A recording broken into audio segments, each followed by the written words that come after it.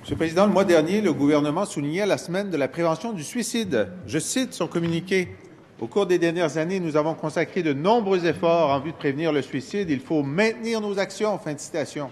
Ce que le communiqué ne disait pas, c'est que les actions ne seraient pas maintenues. Sur l'île de Montréal, à cause des réformes libérales, le nombre d'intervenants de la santé qui seront formés à la prévention du suicide va passer de 350 par année à zéro.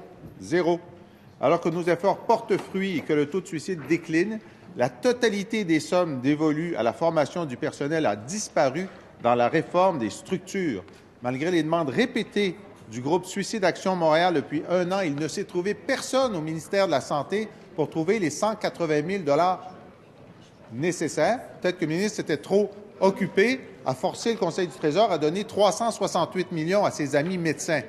Est-ce qu'il peut trouver au moins 180 000 à Montréal pour la prévention du suicide d'ici le 1er avril? Madame la ministre à la réadaptation. Monsieur le Président, d'abord, d'entrée de jeu, dire que je suis et tout notre gouvernement est sensible aux inquiétudes qu'a l'organisme Suicide Action Montréal, puisque c'est un partenaire très important. Et je veux vous rassurer tout de suite, Monsieur le Président, l'organisme a en ce moment des sommes pour poursuivre sa formation. Ceci étant dit, il y a des discussions qui sont en cours entre le CIUS Centre-Sud de l'île de Montréal et Suicide Action Montréal pour trouver des meilleures solutions, une solution conjointe avec l'objectif d'assurer la continuité des services.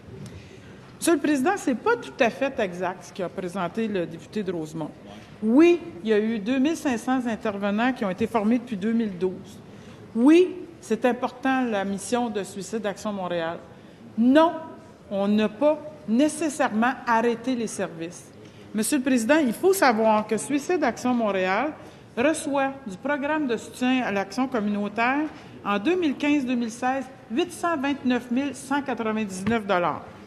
Est-ce qu'il y avait une entente avec le CIUS? Oui, et ils sont en train de discuter pour aménager cette entente de façon à donner de meilleurs services.